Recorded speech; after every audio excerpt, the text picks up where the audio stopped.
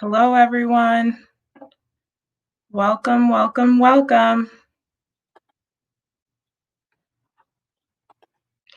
We have a great event lined up for you guys. Some amazing speakers, an amazing documentary, no bias, all bias. And can't wait to get started. While we wait for folks to trickle in, we'll give folks some time. Want to just see who's here. It looks like we have one viewer here so far, but as folks come in, want to get to know them a little bit. We want this to be an interactive conversation. We want you to be able to not only engage with me, but also engage with our amazing panelists and each other. So for the folks that are here, I want you guys to just kind of answer or respond to these questions in regards to your identity. So if you guys in the chat can put your name, location, so where are you from, where are you tuning in from, your race, and what you hope to gain from this conversation, that would be great.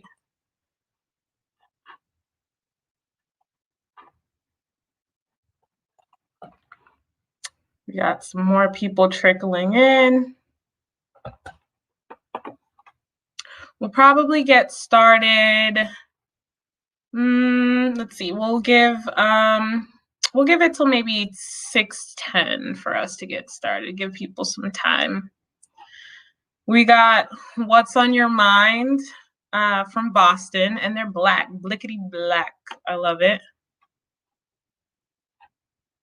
How about other people joining in? Name, location, race, and what you hope to gain from this conversation.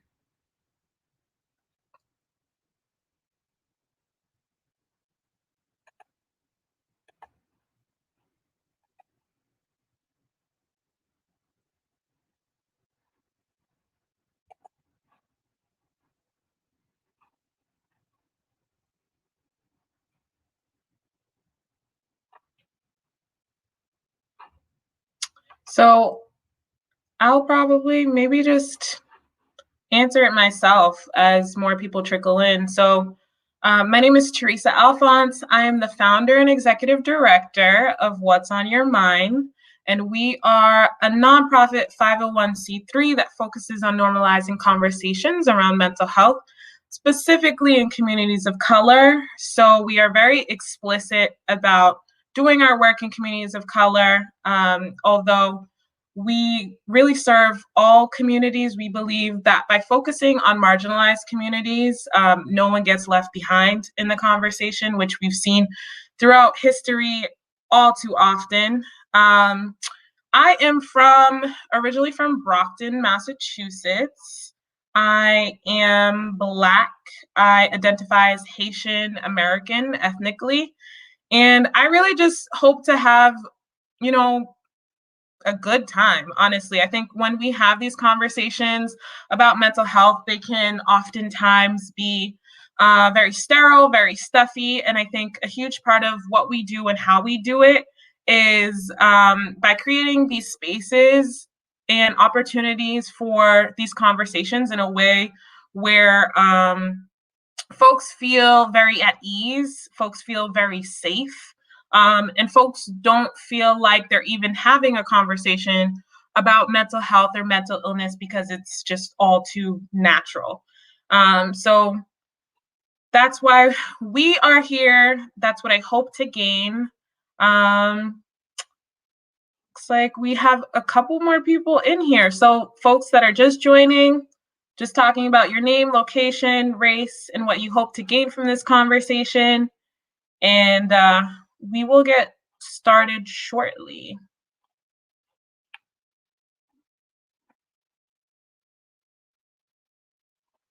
I wish I had some like lo-fi beats.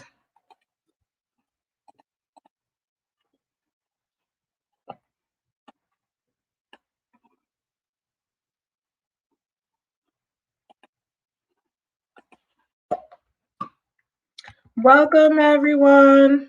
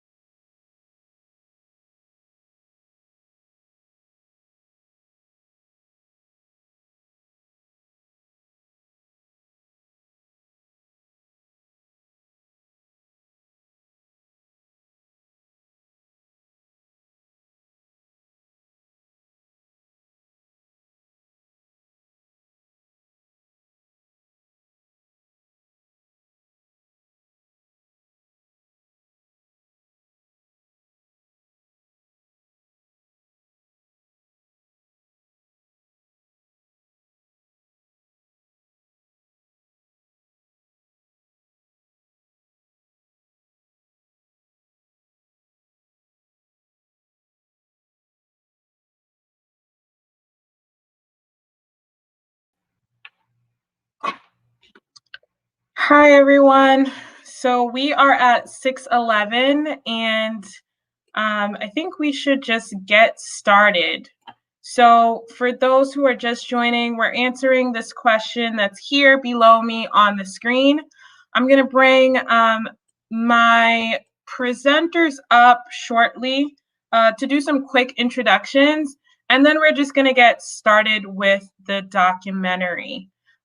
So just to provide some context, I filmed this documentary in 2017, and it was really to just kind of display how what's on your mind started and really the roots of it. So you'll be able to see that fully fleshed out through the next 30 minutes. And then after that, we are going to have just a robust conversation just about mental health in the Black community and what we can do as a collective to be able to advocate for just change and where we want to see it go and how we can really work together to uplift each other, because I'm a personal believer that nobody got us like we got us. So we have just a couple of guests running late, but we'll bring up one of the guests that we do have here, State Rep Liz Miranda. I'm so excited that you are here. How are you? I'm happy to be here. So I know who you are. I think Boston knows who you are. I think the world needs to get to know who you are. But can you tell us who you are? And then I called this question fun, and you laughed at me. But can you just tell the folks who don't know you who you are? And then I think this question pertains to this conversation because I think identity is a huge part of how we access mental health and how we navigate it. So do you want to just say who you are, what you do, what you're about, and then answer the question, when did you first become aware of your race and ethnicity?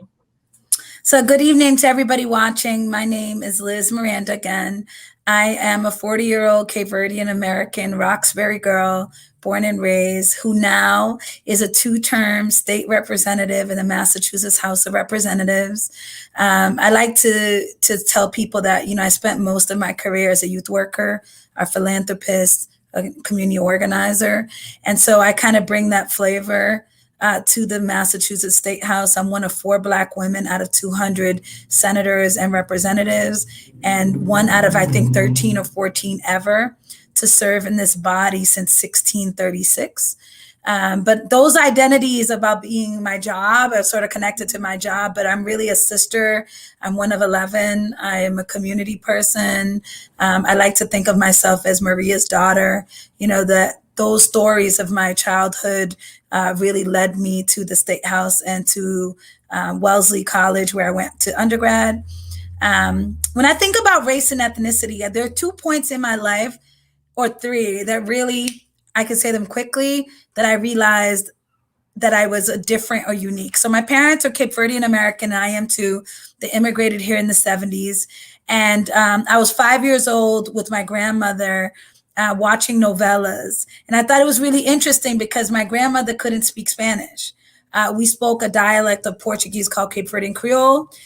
Many Haitian Americans know that they have the French Creole. This is like a language derived from the Portuguese who colonized us. And my grandmother watched novellas because that was the closest thing to Cape Verdean Creole and Portuguese. And I knew then that I was like, wait a minute, we live in a really diverse place. I see Black people, I see brown people, I hear different sounds of music, and I also heard different languages. The second time was when I was 16. My parents were Catholic, and I grew up in the Catholic Church. And someone in CCD and in my youth group mentioned that I liked hanging around with Black people. And I remember saying to myself, but aren't we Black? And there was this sort of breakdown in ethnicity because Boston has so many different cultures that it was like, no, we're different. That we're Cape Verdean, that's different than Black American. That's different than Black coming from the South. And that's when I became keenly aware of the sort of Black divisions within ethnicity and different cultures, even though we were Black and African, as close to Africa we can get. Cape Verde is an African country. And then when I was 18, I got to college. I went to Wellesley. It was a predominantly white space. And I've never felt so Black in my life. And I'm a fair-skinned woman. And I think that was the third time that I realized that race and ethnicity also played a difference in how we grew up, in the type of housing we had, the type of opportunities. So I think that's how I would answer that question.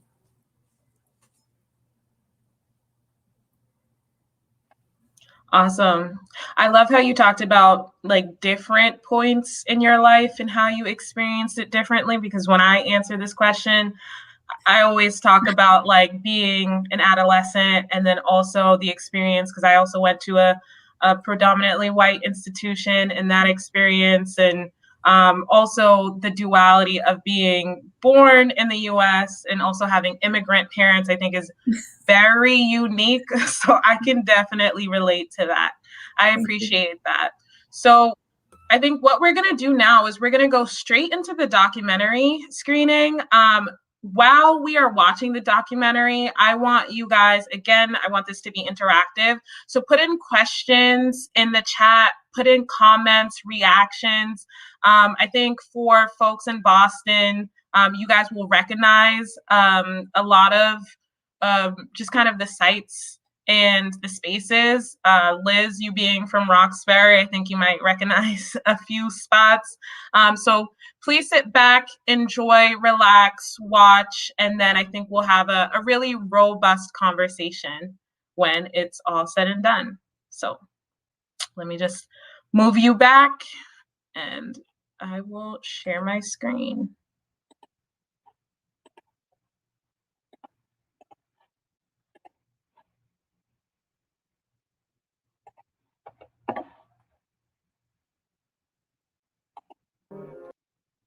Mama always told me that I just had to pray to God. All the feelings inside of me could then be resolved. For the longest, I thought I was crazy. I felt like I was alone. Never felt like my thoughts had a proper home. We don't talk about it in ours.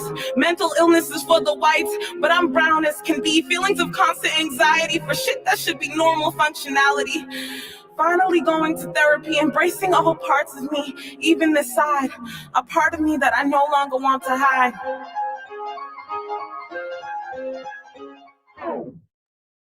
My name is Teresa Sophia, and I'm from Boston, Massachusetts. And I am a rapper / poet / activist. All day on the block, I'm just trying to de-stress me. I guess this all started when I was in Harlem one day, and I was on 125th. I was walking down 125th, and I just felt like everyone on the street looked really stressed, and they looked like they had tons of stuff on their mind. They weren't present. They weren't in the moment. Their minds were elsewhere. I don't know where their minds were, but I felt like I wanted to know, and I wanted to get their minds away from where they were. So I was like, one day I will come out here with a sign that says, "What's on your mind?" I was on my mind, and basically God is always on my mind. Right now I'm having real problems. She's on my mind. I want to fix my relationship with my girl, my mother, my family, and my career. Those are the things that's on my mind. I'm trying to do my best To be a better person, pretty much. Yeah, I'm a good person, period. I'm just revolved around certain people that I've had my own problems, but I'm trying to better myself, period. Feeling Black men and poor Black people, I'm just feeling our pain. Like the dislocation. I see the men on the streets in every single city you go. It's the same thing. Like it's some sort of like a virus. The same exact parameters. And it's just like, why? How could that be possible? That the same exact things could happen in the same exact way all across the United States? Like it was put in the water or something. You know, so I'm feeling it every time I see our brothers out here and they're homeless, and I know a lot of them want to work, and it's like I'm feeling that. I'm just really going through a lot right now.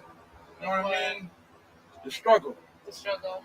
Yeah. What's your struggle? Because everyone's struggle is different. Yeah. Well, I don't have nowhere to live. You feel me? Yeah.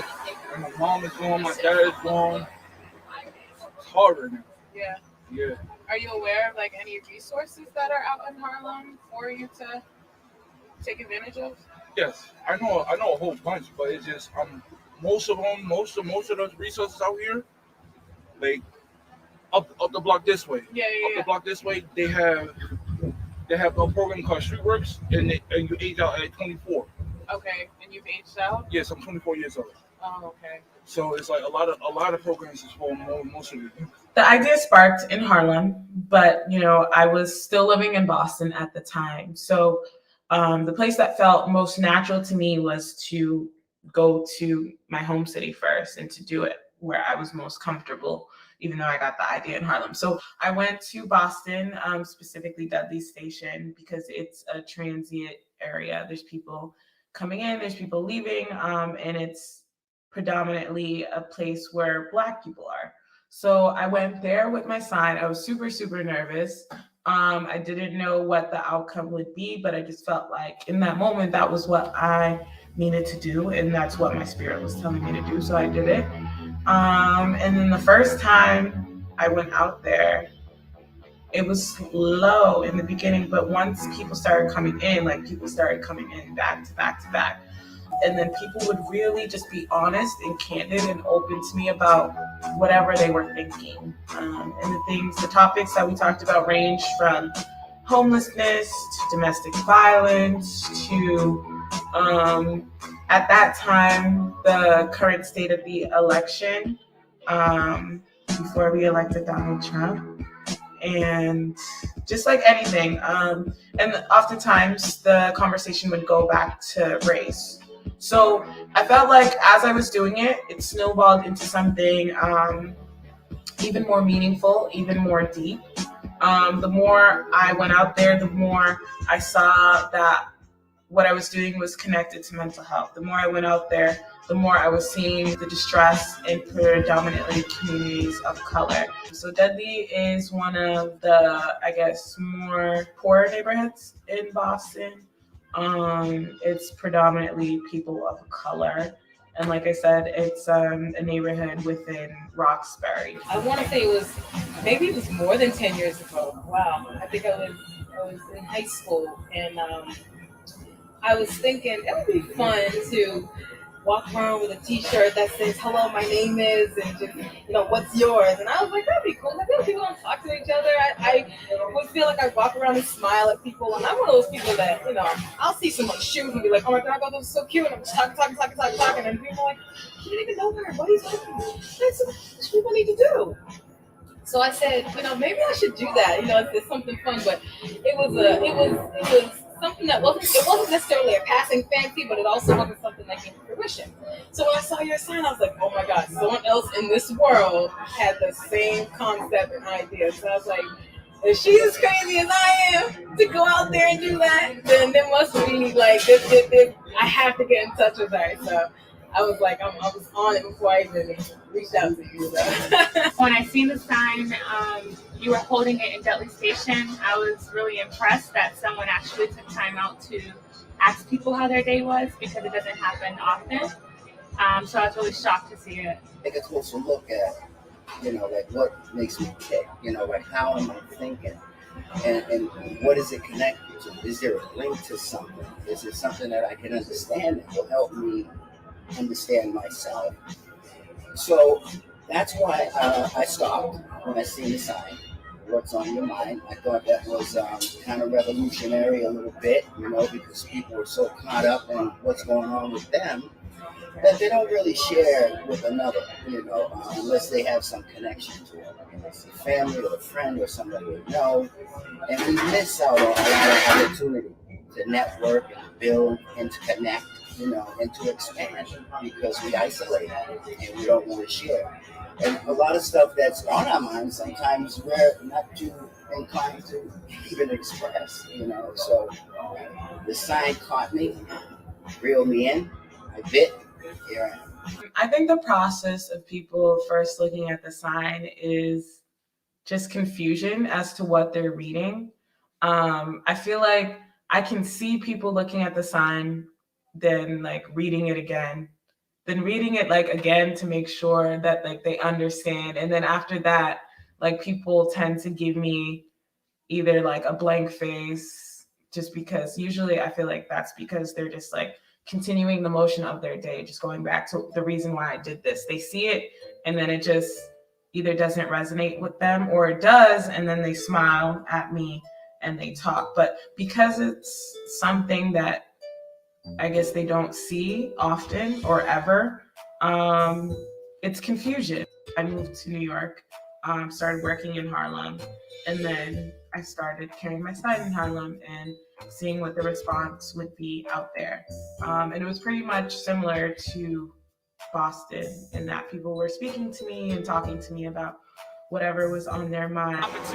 And they're being displaced, and all the systemic racism, all the way that we built this country, and then they didn't pay Shada, and now it's like every place you go was the same shit. So I'm really disgusted. Stop my bad habits. We all have bad habits, down to biting my nails, little things like that. It's like, I feel like once you reach a certain age, you're stuck with your ways. And I'm almost about to be 30 years old, and I'm a little bit getting spooked out, but I have a lot of faith, and I have big dreams and big goals. That's what hold me back. I have big goals, and not only like I can't see them now. It's becoming a little bit harder. And you know what? Like I said, I have faith. And one of the things that keep me going is this is one of my things that I always say: everything happens for a reason. That's why I'm still breathing. So that mainly was on my mind right now. When I'm in the train panhandling, like just try to ask for help or a little bit of change to eat something during the day, just like during the day. Oh, go get a real job. This and this and that. You can be homeless at any time, right? Especially in this economy. You could have degrees of that, right? And still be homeless. Especially. And you know, so funny. I have my high school diploma and I have my master's degree. I have my master's degree in criminal justice because I wanted to kind of be one of them, but I didn't want to directly be one of them. I wanted to be the one that is like to catch old crooked cops that's killing innocent people and hurting us for no reason. That's the type of cop I want to be. To put all crooked cops in jail, the ones that's becoming the law just for nothing. Enforcement, these are public servants, and they are entrusted with our betterment, our welfare, our health, and it's over and over. Sean Bell, Eric Garner, the list goes on. How does that make you feel as a person of color, especially a man of color? How these people that look like you are being shot and being targeted? It's a travesty. It's a travesty, and besides that, I'm a U.S. veteran. I'm a U.S. veteran, so that exacerbates my feeling towards that. Because I was, it was ingrained in me to fight for this country, to cherish this country, to give my life for this country, and that was my mindset for decades. I've served 5 prison sentences. Wow. And throughout the duration of that, I went through a lot. I've seen a lot of stuff on the street. Were these like all drug-related charges, if you don't mind me asking? No, some were drug-related in the beginning. I had one for burglary, because I was using drugs. I had one weapon possession charge and a drug conspiracy charge. So, however, being in the system and the abuse that goes on in the system, being inmate or correctional officer, was bad. At times I felt like I had committed suicide. I felt like I didn't have nothing to live for.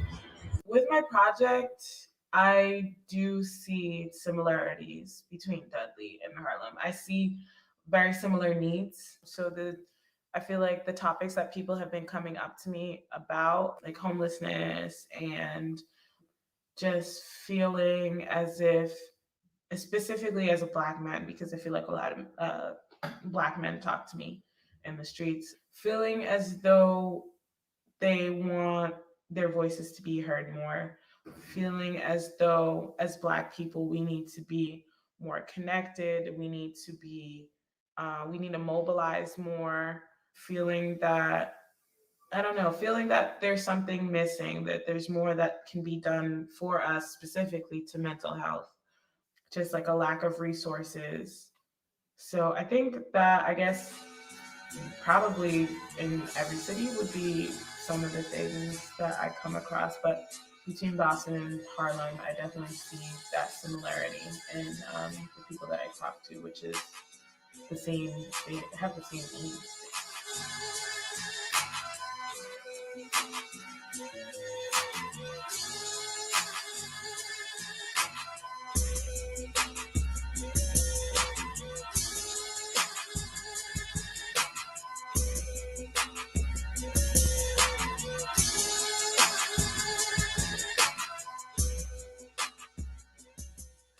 I feel like I get a lot of men. I think for the first reason is probably because I am a female. So I think that makes it easier. I feel like if it was another man walking with the sign, it might be harder for them to express themselves to another man, just because of masculinity and the stigmas that go along with our society about men and not really opening up about their emotions. So to do that with another man, in their eyes, is probably just something that they wouldn't do. So I feel like because I'm a woman, people feel like it's easier to open up to me. That's why I get a lot of men. I spoiled myself, and I took the wrong route though. So I ended up, it's like a game. You lose, you end up back in the beginning. Yeah. But you know, at least even in the game, you have the experience. Like, so you know, yeah, like, so you know, like I know what's coming. I see the yeah. rock there. I'm not gonna trip over it. Exactly. You know, it might look different. It might be a banana this time. Yeah, You know that's it's a good there. analogy. So Yeah. you jump over it. So I think I'm a little bit prepared to reach my goals. And that's all I want to do. I want to I write music, I act, I do a little bit of everything. So I'm trying to put it into one. Okay, have you ever heard of this? That most brothers and sisters that joined the law enforcement that have been picked on most of their life, or had something happen to them, like that, bullied, right? So they get power to take advantage of their own kind. Yeah.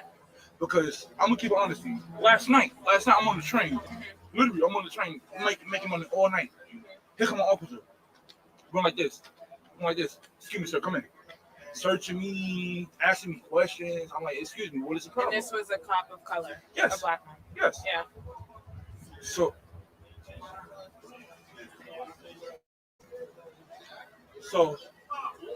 now all of a sudden, so I'm like, he's this what he said. He said he thought I was a person of the person he was looking for. So Which happens all the time. Yeah. Yeah. And it's hard. It's hard to stay out of trouble. Yeah, when you're a target. Right. I need real help. I have real issues. You know, I was water raised right around the corner. I seen men lying down with gunshots in their head. Heroin addicts being pulled out, dying on the street.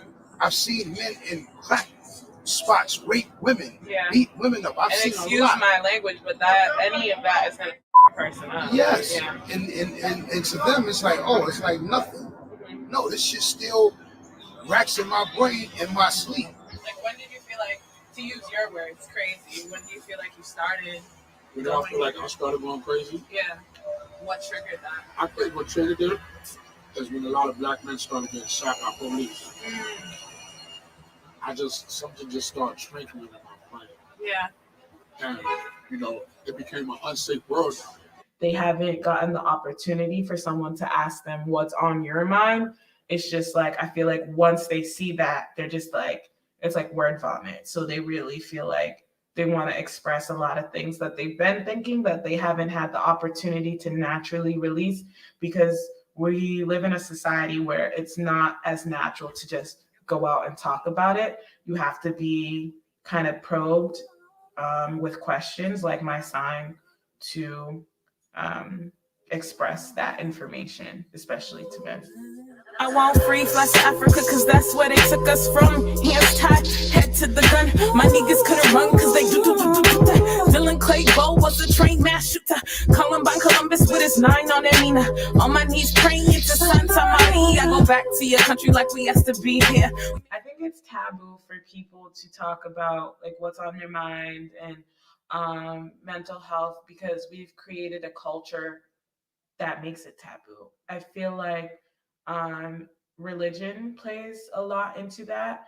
And I can speak on my own experience. And this is something that I do when I do go out into the streets. And I think it makes people feel more comfortable when I express the fact that I have generalized anxiety disorder, that I've suffered from depression, that I just am super hard on myself and overthink and have spells where I don't want to go anywhere. I don't want to talk to anyone. I don't want to do anything. I have post-traumatic stress disorder, bipolar, and schizophrenia. Because the reason I have that, because years ago when I was a little boy, my older brother got killed in front of my face. Yeah. Literally got his brains like this.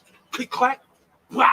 And his hands landed in my hand, in my palms. Yeah. His brain landed in my palms. Wow. Literally, I felt it like this. Wow. I didn't know what to do. I didn't know what to go. Did you go see anyone after that? Have you ever seen a psychiatrist, therapist? Yo, get in the camera, bro. In 2012, as being a schizophrenic, antisocial personality disorder, split personality disorder, and the other axis, I believe what they said I had was prison. All that coupled together. And when I filled out my application, they denied me to this very day. And it's sad because they're not helping us. They're really not. You know, it was in the paper. Bloomberg had this article about mental health. And just the other day, they shot the mental health lady. They shot her. She had a baseball bat. The lady Eleanor Bumpers, they blew her fingers off, shot her with a shotgun. Because the police and these people are not trained to deal with mental health. Personally, my religion, I grew up Catholic. And there were times where I told my parents that I felt like I wanted to talk to someone. I wanted a therapist. I wanted just someone to express all these things that were going on in my head that I felt like I couldn't talk to my friends about, that I felt like I couldn't talk to my parents about, just felt like no one would understand.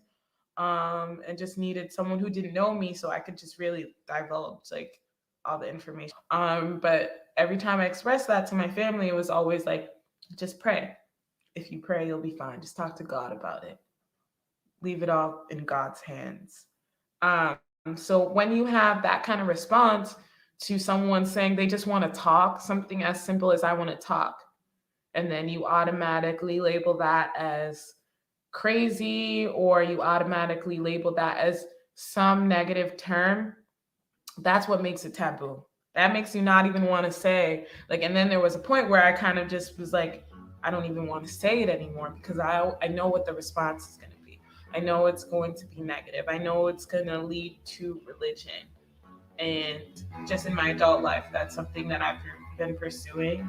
And despite the fact that for so long I was afraid to, because of the fact that there's so much stigma attached to seeing a therapist in our community. Stigma still instills fear in a lot of people to come out. So it's kind of like, I feel a certain way, and then someone else is kind of like, well, you know, instead of it just being, yes, I feel this way, let's talk about it. So it wasn't something I really talked about, and I don't think that I felt stigmatized by it. I just think because people in my community didn't talk about it, it just felt normal not to talk about it at all.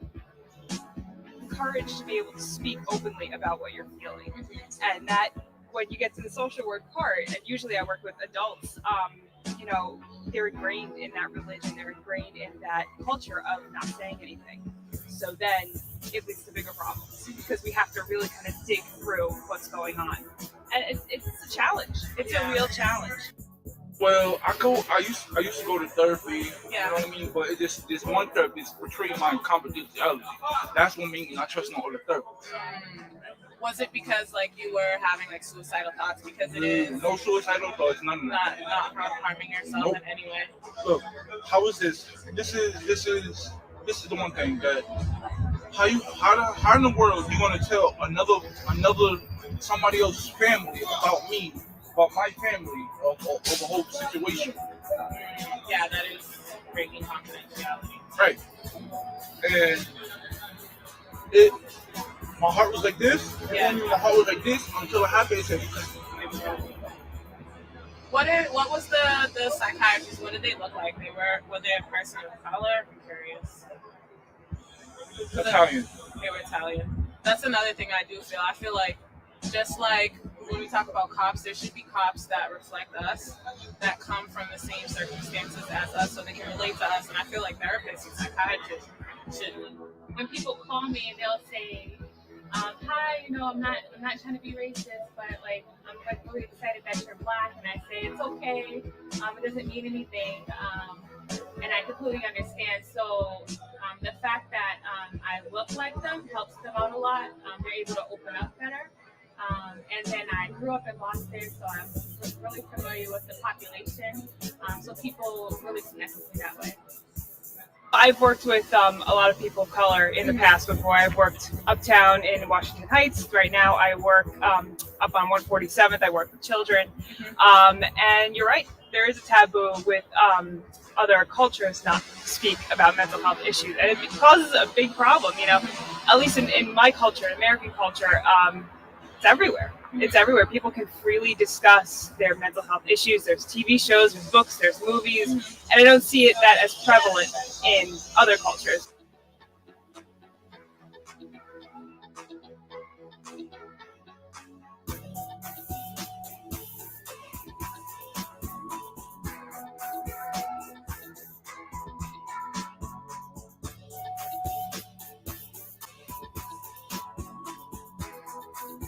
I really feel like there is a need to have more outlets similar to this. I really feel like we can take what I'm doing and put it on a larger platform, a grander scale, so that this is more of the norm. We can normalize the conversation about mental health. We can normalize the conversation about feelings and emotions. We can normalize even just talking to each other.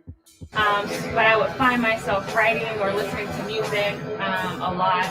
And it wasn't until I got to college and found out about this thing called psychology, and what I was doing wasn't working. So I said, well, let me try a therapist, and I tried it, and it worked, and I enjoyed talking to her. I learned a lot about positive thinking, and so with my clients, I use that concept with them, and for some reason, it works, and they get it. So I never actually had an official therapist, or I had some time with a professional therapist. That's what they do. I've been fortunate to meet people that were enlightened and competent, you know, and qualified to sort of play in the role of a therapist and engage with me about me and open up to them and be honest, you know, and kind of vulnerable, so that they could reach in and connect with me, and that was very helpful. How do you get over those barriers working with people of color? How do you kind of, because just talking to you, I sense a spirit that's like very like inviting and warm. So I can see why you have personal characteristics that connect to people, but I know when they see you, they see a non-person of color. So how do you get over that? I appreciate that. Yeah. Thank you. No It's basically you have to rely on your social skills, you know, and make sure that you're seeing this as another person.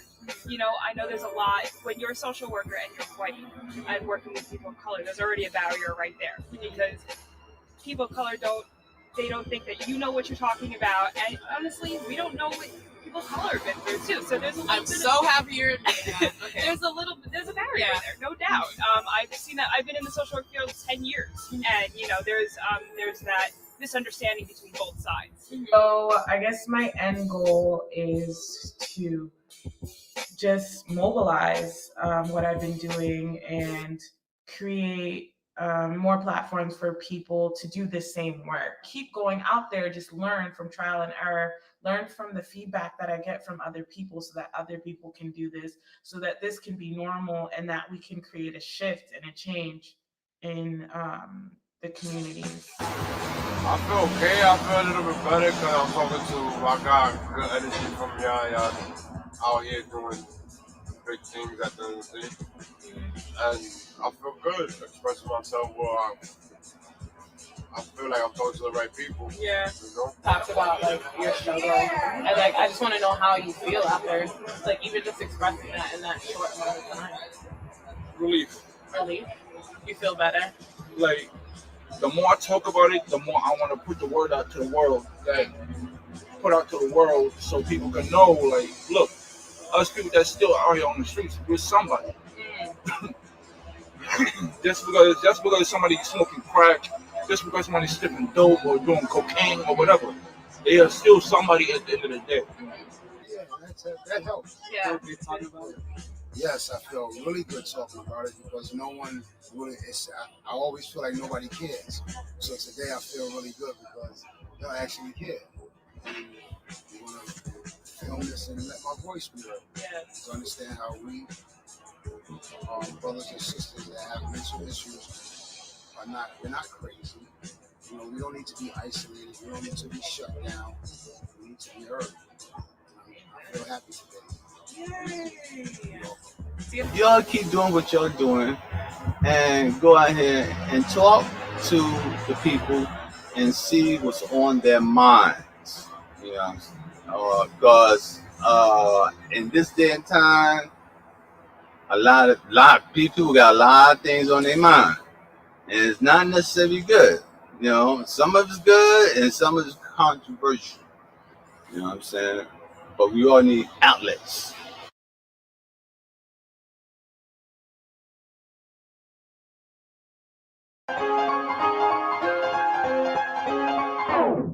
With my mind at, heart's racing, ain't stuttering, mind still debating. What should I say? I ain't saying enough. What should I do? My chest is tensing up. I just wanna grab my clutch and go, but the voices in my head keep telling me no, stay here. This is where you belong. Your heart's gonna tell your mind this. Woo! How did people feel about it? I saw some comments in the chat. Some folks were saying that they were enjoying it. I'm so happy that that's been the response. That documentary was definitely a labor of love. Got some messages about music, and I do not do music anymore. A lot has changed since 2017, but I'm really glad that you guys enjoyed that. So want to transition now to our Q&A. I'm going to bring back our guest, the Honorable Liz Miranda, and we're just gonna get her reactions to the documentary and then just have a very thorough discussion about mental health in Massachusetts and beyond. A couple of things. You know, I'm a Roxbury girl, so Dudley to me is the epitome. It's the literal center of Roxbury and the literal center of the city of Boston. And it's my home. It's a few blocks away from where I'm sitting actually right now. And, you know, I went to high school at the John D. O'Brien, which is right outside of Dudley Square, and walked through Dudley, got on the 15 bus, the 45 bus, the 41, the 19, the 23. Yes. And so like, there's so many memories that I have of Dudley Square. And I've also lived in New York City. And what was, I thought, really dope one was that you were courageous enough and brave to actually step out into these communities and ask these questions.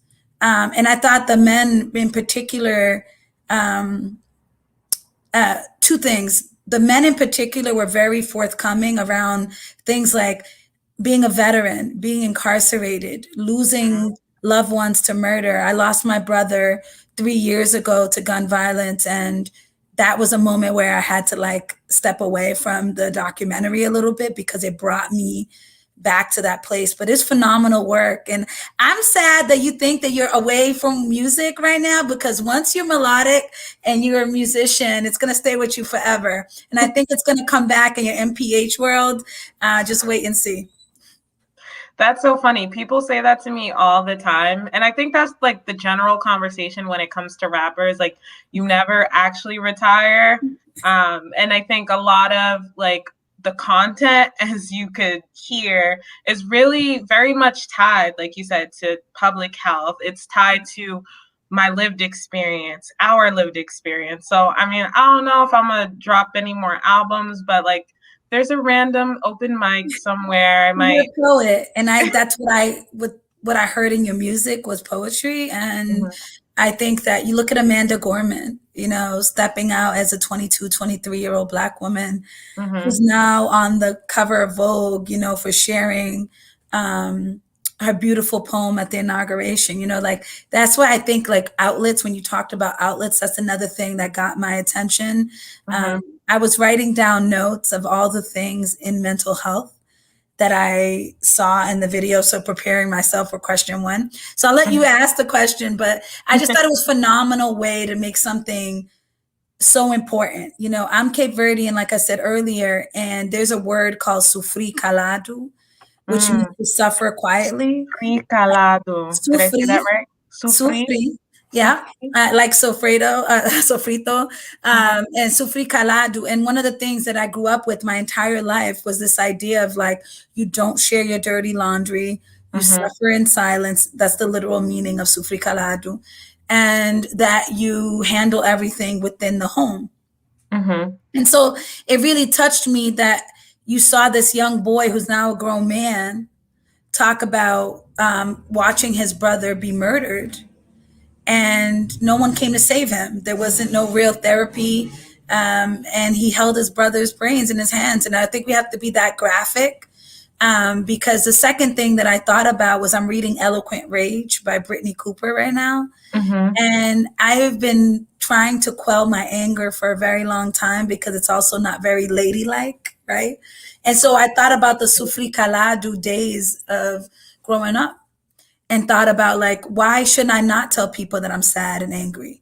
Why do I have to hold that in and not speak my truth? Yeah, and I think you're very much right about kind of touching on this first question here. I think in our communities, not just the Black communities, but like if we think about like our ethnic communities, Cape Verdean, Haitian, I think we have, I don't know a phrase for it, but we have that kind of same mentality that when you are suffering, that it all has to happen internally, and that like you don't really have anyone else to lean on but yourself. And I think that is definitely something that I see as being pervasive in our communities. And I think that actually contributes to the disproportionate amount of mental illnesses that we go through. And, you know, I think I should have mentioned kind of a trigger warning prior to going into the documentary, and watching that, it did like just kind of rehash a lot of the conversations that I was having. Because I think another thing that's tied to just being a Black woman is holding space for a lot of other people, particularly Black men. And I had like spoken about that, but I think we could dive a lot deeper into that, is that not only do we have to suffer by ourselves, but we also have to hold on to other people's suffering oftentimes. And, you know, for the sake of trying to be strong, for the sake of trying to hold together our households, we do that. And then we do it silently. We do that without, you know, just support. You made a good point. I mean, I think that, you know, in Eloquent Rage, she talks a lot about we're holding our families together, our communities together, the Black race together, Black love together. And then we're trying to hold a broader America together, a place that honestly doesn't see us, doesn't respect us, abuses us, and historically has harmed us, right? Has been very violent to us as Black women. And yet we're always saving everybody but ourselves, you know? And, you know, I saw Dr. Celeste on there, like she's one of the most amazing people. I've honestly wanted her to be my therapist for a long time, but I'm like, I don't really want her to know how crazy I am. We talk a lot about the lack of culturally competent language access, affordable, accessible in-community care that doesn't exist for people in our community. Another person in the video talked about crack, right? And a couple years ago, I heard someone say something like, there was no therapy for us. There were no safe injection sites for us. There were no second and third chances to go get the type of therapy you needed to detox. There was none of that. And so there's a lot of anger. And if I could for a moment think about, like, when you asked the question around what have I seen, and particularly during COVID has made everything worse. Being stuck at home, kids remote learning, working jobs, or having your job erased. I handle along in my office like hundreds of unemployment claims a month, RAFT claims, which are to get money for rent and for utility back payments, SNAP benefits. Like, people are trying to get help and they don't get help. People get ignored. And when I think about what your video showed me, loss, trauma, grief, how race and racism play a role, no access to the therapy I just talked about, political fatigue, like being tired of Trump, like literally becoming sick because of his policies and procedures, going through sexual or other abuse, violence, rape, DV, poverty, incarceration, doing service to humanity, like being a veteran and coming back and not getting help, getting sicker earlier because we're stressed out, getting shot by police, think you're going crazy, PTSD, faith in religion and how that plays a role. Like, if you're in the LGBTQ community and you come out, and how your community may shun you or your family or your faith, sexuality, microaggressions at work, depression, anxiety, unchecked serious mental health. When that gentleman said he had almost everything under schizophrenia, bipolar, split personality, antisocial, and yet he didn't get help. He didn't get help, and how that becomes compounded trauma. And the stigma and fear. Like, in our community, talking to therapists has grown so much. Self-care has grown so much. Community care has grown so much. But still, I walk around and, you know, I can even talk about myself. Like, being a strong Black woman is killing me. It's killing you. It's killing us. Where we think, like, because we're in these leadership positions, that we have to do everything. We have to prove ourselves. We get harassed and abused and we still fight through it, right? Only the strong survive. You know, I bounce back. I triumphed. But literally, we're hurting. We're tired. We're exhausted. We're mad. And so I just think that your film is a great starting point. And I would love to invite you, I'll talk about it later, but invite you to my project Crenshaw, which is my digital mental health platform that I created on IG. Very similar to what you did, but I love what's on your mind, because every day on Facebook, we get asked this question, and so many people don't utilize it the way that if we were more honest with ourselves, what we would really say. I agree with that. And I think, you know, we go through so much, and what the documentary really at least displayed to me is that having that outlet and asking that question and being able to respond to that openly, candidly, obviously it's not the end all be all. Obviously, you mentioned a lot of just issues that have to do with the way our systems are operating or not operating, but to be able to have just the access, the space for Black men, Black people to be vulnerable and just speak and talk, I think actually just would do so much for our community. And one of the things that I often ask, and I asked in the film, but I ask every time after a conversation, is just, how do you feel after this? Like, after 5 minutes of speaking or an hour of speaking? How do you feel just being able to talk about how you feel? And every single time folks would say, I feel better. I feel lighter. I feel like, my voice is being heard. The man that you referenced that had all those various mental illnesses, schizophrenia, bipolar, he was just so excited that this was going to be placed somewhere so that he could tell his story. People want to tell their story. And I think they want to be seen, they want to be heard, they want to be acknowledged. We can't throw away people, particularly when you talked about being incarcerated 5 times. We have a problem in this country with mass incarceration, and we're going to come. I think there's going to be a big reckoning. It's not coming fast enough here in Massachusetts. We've decarcerated a lot, but we still have a long way to go. There's still 6,500 people in our DOC system and probably the same amount in our House of Corrections. So there's probably around 12 to 13,000 people incarcerated here. Wow. It messes people up. It doesn't correct anybody. It doesn't rehab anyone. In my family, my brothers were all incarcerated. My father was incarcerated. My father and brother, oldest brother, were deported. I'm the only legislator that still visits jails. And my brother, my second oldest brother, is still incarcerated. And imagine, I'm sitting here talking to you, thinking about Michael, who was killed, Ricardo, who's in jail, Arthur, who was deported. And we carry that weight. And so being able to talk about it actually does make you feel relieved. It does make you feel lighter because someone else can acknowledge. And that's why it's so important that we have culturally competent care, and why I'm so happy someone like you and someone like Celeste and someone like Pilar Tucker and Vanessa Santos, and I could go through a list, are pursuing this, because our communities need help in healing. And it doesn't get better until we are doing it with each other and for ourselves. Straight up. Agreed. I have a question, just going off script here. I'm curious, what has your pursuit of therapy personally looked like? And has your therapist, or is your therapist a Black person, a person of color? How do they identify? And have you had the experience of having a white therapist or a clinician that is not Black?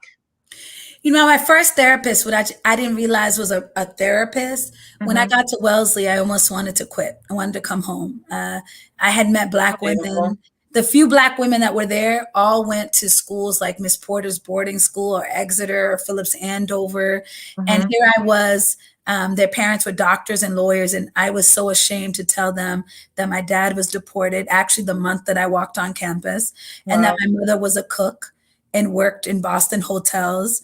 In a low-wage job, right? And here I was also proud that I went to an exam school, and finding out that my O'Brien or Latin Academy experience wasn't, excuse my language, shit to the fact that these girls had been through this type of education all through their whole lives. And I was ready to go. And there was a woman, Dr. Robin Cook Nobles, in the health center. And, I thought she was a nurse. And I went to speak to Robin Cook Nobles every week of every month of my 4 years there. And she really helped me. And then I struggled when I got out of college to find women of color or men of color to talk to. And depending on whether I was an entrepreneur or not, whether insurance could pay for my mental health care, I did a lot of not seeing a therapist, even though I needed probably to see a therapist, until recently when I got elected. I have great insurance now. And Dr. Charmaine Jackman created InnoPsych, and social media platforms like Instagram have given sort of space, when you talk about spatial justice and holding space, that now I have lots of options of mental health providers. And right now I'm currently seeking a new therapist. I want to use someone in my community, but like I said earlier, I made the little joke, but as an elected official, I think I struggle around thinking about how close to home should I be, and whether or not I can go outside my city and meet someone that actually doesn't know me. I feel like I would be safer with, just because I've been through a lot. I don't look like what I've been through, just like you. And thinking about I don't want to go through a situation where I'm paranoid about what I'm releasing, and that's not to say anything about anyone's pedigree, because I think therapists take a lot of oaths, and they are respected in their fields, and they would take I think anyone, including me, seriously, and protect me. But that's still growing up in the hood. You're taught not to trust anybody, and so getting over that, I think, is going to be my next hurdle. But finding a therapist is really hard, and affording one is still a big challenge. So one of the things we do is actually connect people to therapy. So we can definitely support you in your search. And I'm actually thinking of some clinicians, maybe in Rhode Island, that do telehealth. If you're open to that, that we can definitely connect you with. So we'll definitely talk offline about that. So one of the things that we do focus on is, like I said, connecting folks to therapy. But I think it's super important to promote therapeutic modalities in our community, because you listed so many barriers to actually getting therapy. One, just like the actual physical barrier. Sometimes in the kind of context of COVID, those things have changed, because a lot of providers are doing telehealth and doing things over the phone. But prior to that, it was actually getting to the therapist's office. Then there's the barrier of insurance. If English is not your preferred language, there's the barrier of speaking English, finding someone that's really going to understand what it is that you go through from a cultural perspective. I'll just speak a little bit to my experience testing out therapy with a white therapist, and it was awkward. Like, it was just so awkward when I would say, like, this is my experience as a Black woman, and he would even just repeat back to me, Black woman. It made me cringe. And then I think there was also exactly. And I think it was just the idea that, like, and although I don't think any of us are broken, but I felt like I was coming to therapy broken, and I was depending on a white man to fix me. So, like, that just entire psychological barrier was very hard for me to get over. And one thing that you're saying, Teresa, that got my attention just a quick second ago, was this idea of, like, even in these fields, the textbooks, the pedigree, the pedagogy, all the things that you learn to become a therapist or a master social worker or master person in public health. All of it most of it was written by white men for a time very different than today. So even talking about racism, when you talk about being a Black woman and, saying to him, I'm just mad, I'm a Black woman, I'm mad at all these things, list that whole list of 25 things. And he's like, well, tell me more about what it feels like to be a Black woman in society. Well, hey, this week it was Breonna Taylor. Last week it was Sandra Bland. And then the year before was Amari Paris Jeffries, and she was 7 years old. And I'm over here trying to pass a no-knock warrant law, and you guys are fighting me on it because you just don't understand what it's like to live in fear. So thank you for sharing that, because that's a real fear that people have. It's like, will they really understand what it's like to just be sad and angry at the 401 years of the subjugation to racism that we've had as a people? Yep. And then the point about, so therapists use what's called the DSM. I don't remember what that acronym is for, but you bring up a good point. The DSM is based off of how white people express and show various mental illnesses. So even when it comes to how they categorize us, how they come up with just their consultation, that whole format, a lot of that, just like all of our medical care, is very much rooted and based in how white people express themselves.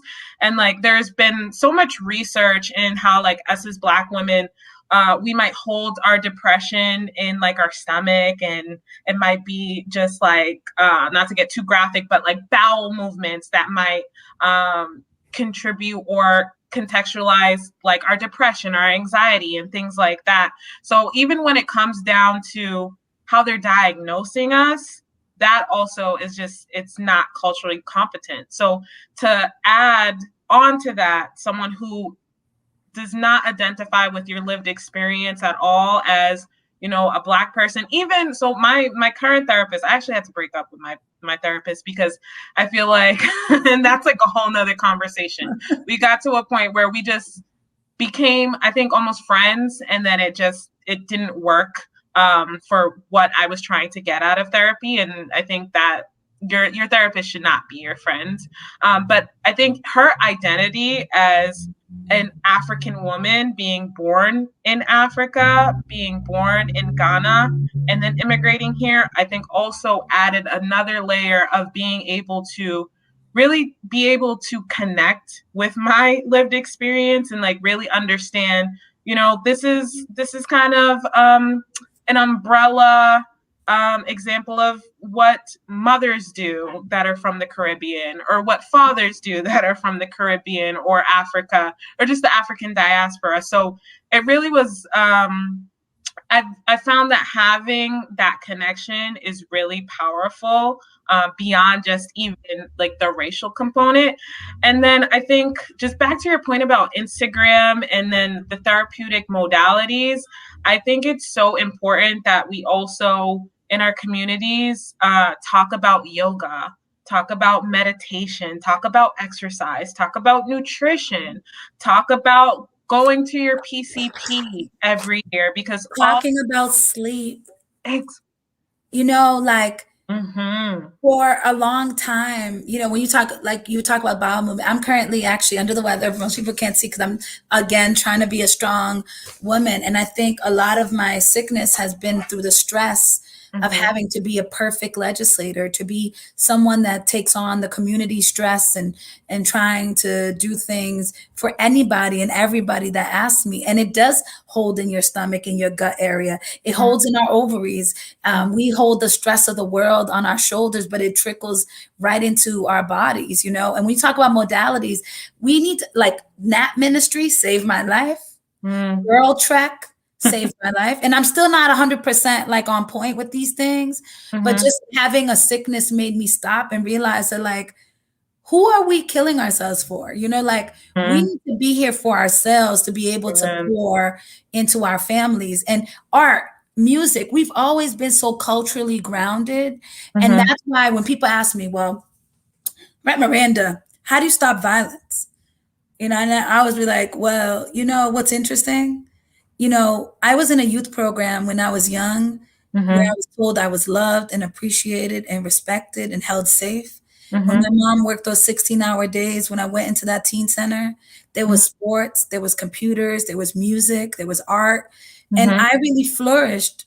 And they saved my life. They saved my life. And when we talk about violence, if you look at the communities that are most impacted, besides poverty, the other issue is lack of opportunity. There's just not those things in our community that there are in Wellesley or Weston or Dover, that they're really leaving our children to suffer in a cesspool of all those things that I mentioned a little earlier without access. So when you talk about yoga and meditation, people are like, well, oh, that's some bougie stuff. No, it's not. It's actually stuff that helps you de-stress. Definitely. And I think it's the education too. I don't want to always say lack of education, because I think it speaks to how we try to push upon like westernized everything onto different cultures. But it's really thinking about, how do you leverage what you know and what you do as a protective factor, and what are some other things that you can add to it. So we talk about prayer oftentimes as sometimes a barrier to our mental health, but it's also like a protective factor. Although I talked about it in my film as something that blocked me from going to therapy, a lot of Black people can say that their faith kept them here. Their faith stopped them from committing suicide. Their faith stopped them from just self-harming. So I think we often have to, celebrate what we do and what is a part of our cultural roots, but then also like, hey, there are these other things, and let's open up access so that youth can be able to pursue what they want to do and pick what's right for them. Even choice, like when we talk about freedom, freedom to choose your opportunity, the freedom to have the time in your day to do one of these modalities, right? When I talk to moms who have like 2 or 3 children or more, who are working second or third shift, who in the middle of a pandemic were forced to stay home with their children and they didn't know how to help them. Like if you speak another language, my mom couldn't help me with my homework. I can imagine if COVID had happened in the 80s, like I'd be real messed up right now. There was no way she was going to help me with my homework or algebra or anything like that, you know? And so I think that they're feeling the weight of not being able to help their children. When their jobs erased, many of them are in the gig economy or the hospitality industry. And some of them got unemployment, but not everyone got unemployment. Imagine if you're undocumented or from a mixed status family and all those social safety nets are not available to you. And so one of the things that I really work on as a legislator to connect with your modality question, or even like the social economic stress, that is a very, you know, our social economic status and poverty. Massachusetts is a very wealthy state. 1 in 20 people are millionaires. But for the 5th Suffolk district, where the median income is between 17,000 and 24,000, and has one of the highest unemployment rates, particularly for young people 18 to 24, what does that mean? We don't even make enough to live in Boston. It takes about 52,000 to 60,000 to just make it in Boston, and rents are high, mortgages are high. And what you have is that economic stress leads to these other things. Not being sure how you're going to feed your kids is stressful. And a lot of women or single parent households and also fathers are finding themselves in a system that's like, I'm trying really hard, but it's not giving me any leeway, right? It's like you're tugging on a rope and there's so much tension because it's not giving you enough rope to be able to like be free. And so we have to talk about this. And I encourage so many people to support you and what you're doing. I know I saw that it's self-funded. Make sure y'all give a sister her coins to keep this going, because honestly, the plate of food at the fast food place may cost you something that is comparable, but the idea of helping someone help you and help your community is invaluable. You know what I mean? Like you could buy a large pizza or 2, or you could invest in organizations like yours. And so I want to thank you for even doing this platform and doing the documentary. I know it's not easy when you talked about a lot of your stuff, being open and honest with that, coming from an immigrant family. I knew that that was really brave. And I know that you also needed hugs, you know, through that process. I really appreciate that. I think Celeste is here. There's so much that comes with vulnerability. And I think just being able to talk about my experience allowed people to connect with me. So, I mean, I'm happy to start the conversation. I think that's what this organization is doing. And I'm happy that people like you are willing to engage and share your stories, because I think one of the things we often think is that we're alone in what we're going through. And, you know, we're not. We're definitely not alone. So I'm just going to go quickly through some of the comments that have been showing up in the chat. Bright says, our generation has to end the silence throughout our communities, and we will. Alex says, you're absolutely right. Dying in silence, suffering in silence. It's a slow yet massive issue that's showing itself in all experiences of our lives. Super impressed and important that it's a conversation being had by us Black men too. Having that opportunity and us men taking advantage of that will make an impact. Super, super important. We need an Obamacare-like shift in the treatment of mental health care. We need to have a free annual or semi-annual mental health checkup similar to our free annual physical checkups. Imagine the mental issues we could catch if we had those services available. Really, really great point. And I think that's like my public health brain always thinking about this mental health space is prevention, prevention, prevention. How can we prevent? Jonathan also said, Liz, I'm sorry that you had that feeling when you got to Wellesley. And then he also broke down the acronym for me. Thank you. Diagnostic and Statistical Manual of Mental Health Disorders. Wow. Oh my God. You know, one thing that made me think of one of the comments that we were saying about mental health, you know, as a legislator, I write bills. And one of the things that I want to do for the Commonwealth is create a free mental health first aid, trauma, access to that training, very similar to NYC Thrive, to happen in the Commonwealth. Because when I was struggling with some issues, and I'm still struggling, I didn't realize that I was still in my brother's grief until, like, dealing with my brother's loss, until I had won my election.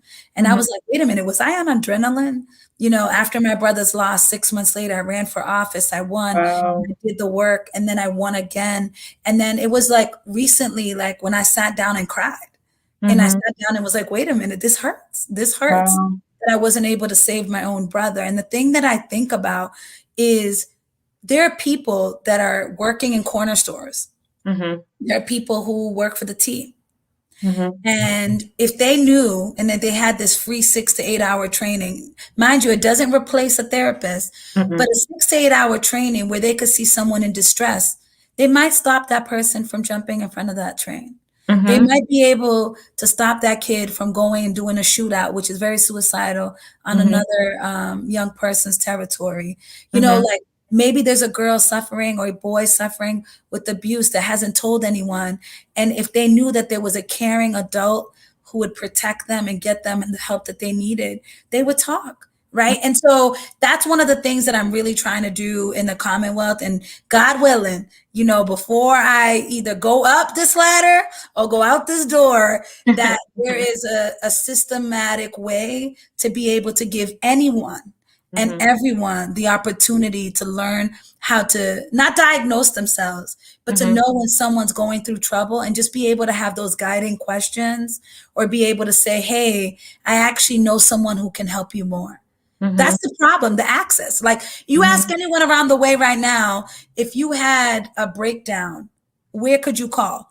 And they probably would say the emergency room, but that is the only place that they would say, because they don't know where else to go. They don't know where else to go. Agreed. Celeste is saying facts. Yes. I totally agree. I think people, one, need to know where to go. Two, people need to know how to spot the signs. And I've taken that training. And even as someone that has been navigating this space personally, and also working for health centers and hospital systems where I'm working with psychologists and therapists side by side all the time, and I don't have that training personally, but I'm very connected to it. I definitely gained a lot from going through that training and that experience, and to be able to do that too with other folks, to be able to unpack what you see and what you learn with other folks is, I think, extremely powerful. So if that's something that we could push forward, support you in helping you and trying to push that forward, I think that would be amazing. Thank you. We need people on the ground. You know, the one thing that I share with my constituents is that everyone who lives in the Commonwealth has a representative and has a state senator that is meant to represent you. And we have to be held accountable to our communities to be able to figure out what the issues are in our respective districts, and then be able to output, act, file, get money, all these things for our district, so we can be able to eradicate. Because I don't want to live through another lifetime. You know, when I think about growing up here in Roxbury in the 80s, I don't have children yet, but I think about that before I do have children, to think about, I love my community, but there's some problems. There's some real problems. And I don't mean to talk about it in a deficit manner, but we have to keep it 100, right? That there's some problems with poverty, housing segregation, failing schools, to be able to say, can we actually make a dent in this so another generation won't be lost? Because not everyone made it out. You know, not everyone made it out. You know, today I saw a young man who had did 12 years in jail. Wow. And the only thing that kept him was that his family and friends supported him throughout his bid, right? Mm-hmm. And not everyone goes to jail with that type of support. Mm-hmm. 12 years is a long time. Mm-hmm. It's a long time to Very sit long. in a cold room away from your family. And I think that we have to, and I just to say, Celeste, thank you, because you were so good to me when we talked on your show a couple years ago. And the thing that I learned from you is that it's okay to be mad at the same time you're working toward things and be able to take your story, like you said, Teresa, like take your story and use that as good. So I'm going to just try to take my story, my hood story, my hood's story, and hopefully at the State House, it makes a difference, Representation does matter, I definitely agree. And I think oftentimes when we talk about privilege, we talk about it in the context of race, white privilege. And I often talk about my privilege and that I'm able to be in spaces like this, having conversations on a platform where other people can hear me. I use my education as a privilege, my knowledge of what it means to navigate the healthcare system on the back end. And I think it's up to us who have any amounts of privilege, whether, it's what I have, or even, that man that did that 12-year bid and the connection that he has with his family and his support system. I think it's up to us to use whatever privilege we have and support those that are less than and don't have as much as we do, wherever we are, on the totem pole. So I appreciate you for using your voice and your platform and jumping onto my platform to share your just identity and your story and your whole self, and even just talking about the work that you're doing to fight for us while being angry, while being vulnerable, while continuing to work on yourself and navigate this world as a Black woman. I think we contribute to a revolutionary act every single day just by being who we are. So I definitely see you as a revolutionary. So thank you so much. Truly appreciate you. Really appreciated this conversation. And I hope the folks tuning in enjoyed. Please, please, please stay connected with us. Like our page, donate. Like Liz said, we definitely love what we do. All of this is a labor of love. Putting that documentary together cost me more than I made from it. Doing this, I work a 9 to 5, but I really feel like these are spaces in which I really feel like I'm contributing, because it allows me to really do what I want versus trying to function in a system that's not necessarily built for us. But for us to be able to eradicate the systems, dismantle the systems, it's important to really support people that are boots on the ground, like us as an organization, like Liz, who's fighting to dismantle the system internally. So please donate. Our Cash App is at the top of this screen. We also have PayPal if that is not your preferred method, and you can donate at our email. So I think we're going to close out. Do you have any final words before we end? I think, thank you, and keep asking those clear questions. What's on your mind? How are you feeling? Are you okay? You good? And we need to do that for each other and hold each other accountable. I think that was, I've spent a lot of time at meetings in the evening, but this is probably the best one I've been in a long time. And I think it's because it is stress relieving, it is calming, it is righteous, it is privileged, but it's also the responsibility that we both hold as now as we have these privileges to be able to help our community. I hope folks will find me online at Rep Liz Miranda, talk to me like you. And I'd love to do this again. Off of one favor to ask, since I spent an hour and a half, is that you also, do something else with me in the next couple of months. We can promote the film, promote this. and let's continue the dialogue. That's all we can do. We can keep talking, keep healing, and keep helping and collaborating. So thank you all. It's been a great night. Teresa, you're the bomb. You too. Thank you. I'm like dating myself, bomb.com. Thank you. Appreciate you. Bye, everyone.